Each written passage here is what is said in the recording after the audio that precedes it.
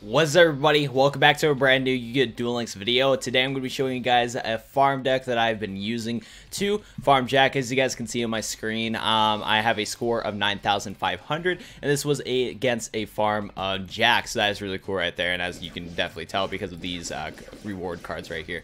I'm going to show you guys what farm deck I'm going to be using, so let's click next.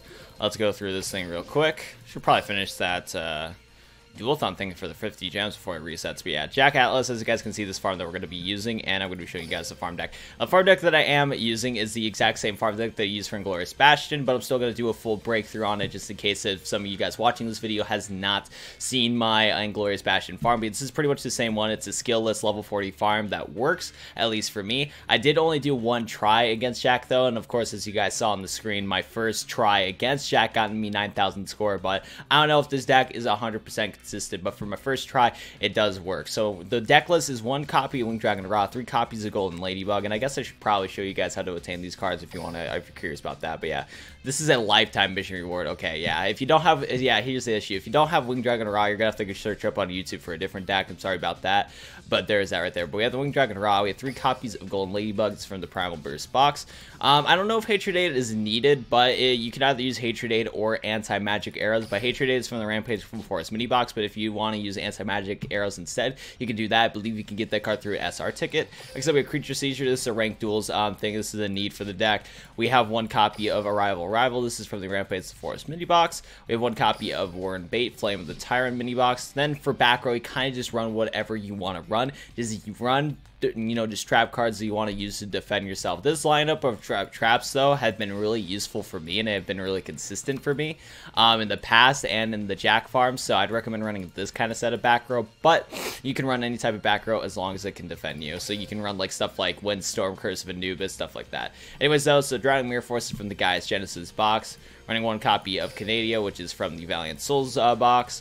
Running 1 copy of Floodgate Trap Hole, which is from Generation X. Draining Shield's kind of a must. If you have multiple copies of Draining Shield, this is super useful because you want to get over 10,000 life points on your final turn. But yeah, Draining Shield is for the Servant's King mini box and for the Selection box, apparently, but that is not available currently. We also have another, you know, card from the mini box, but yeah, Servant's King mini box and from the Selection box too.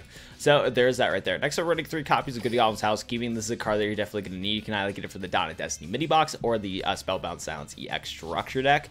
And we're running 2 copies of Jar of Greed. And yeah, this is you can get this card right here for the card trader or level up reward. So that's fun too. No skill. You don't really need a skill. I don't even know what skill I would want to run in the first place, but yeah, there's skills right here. If you have like if you have one 5D's character that maybe has like life point boost A or something like that, you can run that instead. But you don't really need a skill for this farm, so that's fun right there. Now we're going to go into a dual little replay and go check that out so I can show you guys how to successfully farm against Jack properly. So yeah, we're going to go check out this replay right here. I can show you guys the ins and outs of this.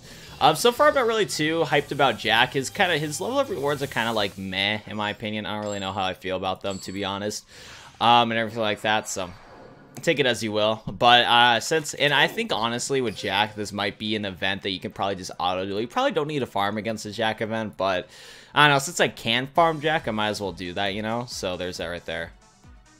Still, I haven't listened to this music yet. This music is pretty lit.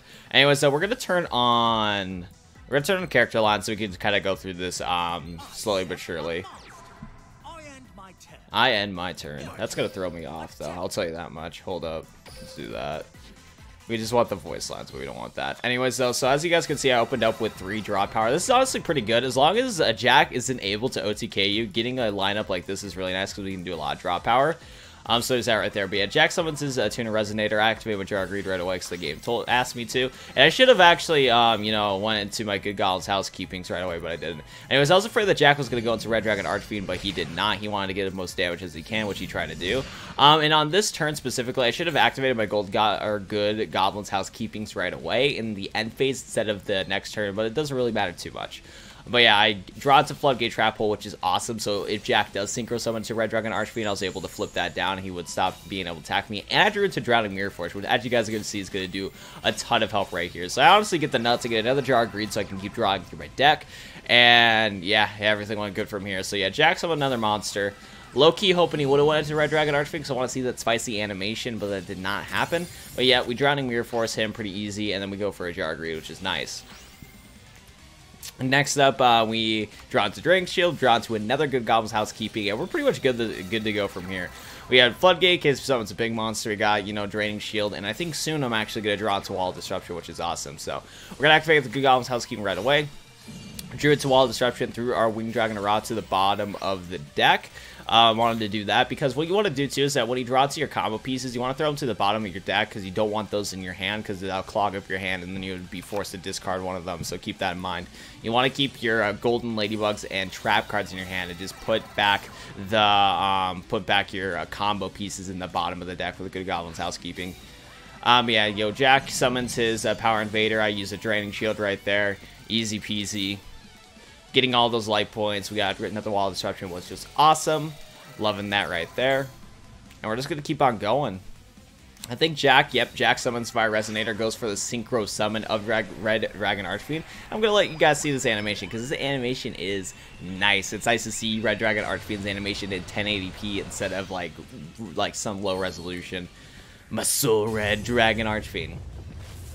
This is actually really cool. I love seeing this in higher resolution. It's honestly pretty awesome. So we have Red Dragon Archfiend right there. Loving it. Loving that right there. He sets a card, battles. Absolute Power Force. We activate Canadian. Now what happened was that I thought I had a Wall Disruption. I thought I had not Wall Disruption. I thought I had a Draining Shield face down instead of Wall Disruption.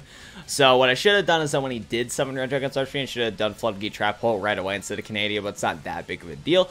But yeah, that's why I did Canadian at that point, because I thought this was a Draining Shield, this Wall Disruption. I wanted that 3,000 attack, you know, instead of gaining his life points, but that did not happen. It's all good though, it's not that big of a deal. We activate our Golden Ladybugs, get 1,000 life points, end our turn. Things are going pretty smoothly right here. And yeah. Get Canadian. I should have summoned Canadian either because I forgot that Mad Archfiend does piercing damage. I forgot that it does piercing damage. I was about to summon Canadian defense position to protect myself, but Mad Archfiend that does piercing damage. So keep that in mind too, guys.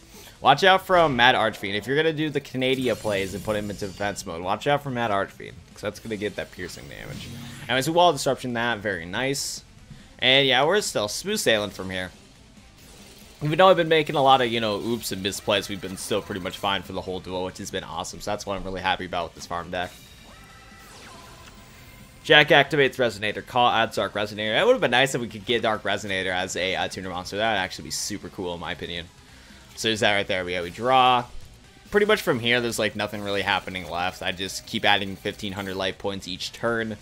And yeah, just everything just goes pretty smooth from here, honestly. It really does. Nothing really too much going on.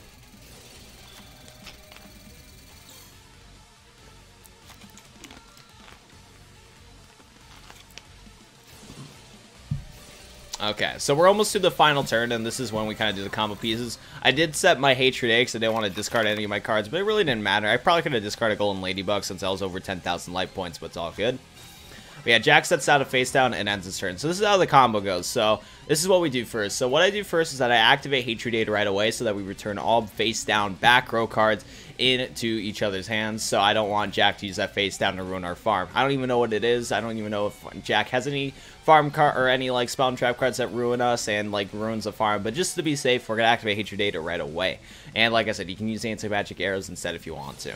Next up, though, we're going to activate the Golden Ladybug's effect, though, to get that 1,500 stuff, and then we're going to activate Hatred Aid. Next up, we're going to want to do is we're going to normal summon the Golden Ladybug in attack position, and then follow up with a Worm Bait. What Worm Bait's going to do is that we're going to be able to summon 2 worm tokens. Now, in this farm specifically, since Mad Archfiends were at a 0 attack, we didn't need to activate Creature Seizure, but what you're going to want to do still, activate Creature Seizure even though your opponent's monsters do have 0 attack, because Jack's not always going to have 0 attack monsters in attack position in the first place.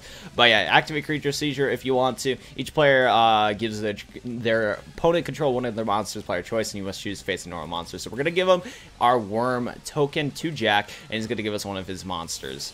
So there's that right there. Next up, I set Wall of Disruption for fun, but you don't need to do that. But what you're going to want to do is switch to your battle phase, activate Arrivals, and tribute all 3 of your monsters for the Winged Dragon Ra. Then sacrifice all of your life points until you have 100 left, and then go for an attack and get that much damage right there. As you guys saw at the beginning of the video, I got 9,000 scores, so that was really nice right there. So yeah, this farm is really nice. I'm glad that it worked out. It's a skillless, free-to-play farm. But if you don't have Winged Dragon Raw, then it's going to definitely be a problem. But still, if you have Winged Dragon Raw, I strongly recommend to run this deck so far. But this Jack Event's kind of mediocre as it is, so I don't really know if you need to farm it or not. But since you watched this video all the way, you know, you need help with farming him because you wanted to, so... There's that right there. But hope you guys enjoyed this video. If this video was helpful to you guys, be sure to go hit that like button down below. And subscribe to the channel for more Yu-Gi-Oh! Duel Links content. Later today, I'll be talking about some new Duel Links leaks that we got. So be sure to stick around to the channel. I think it's going to do it for me guys today. Thank you guys for watching, and I'll go see you guys in the next YouTube video. Peace out.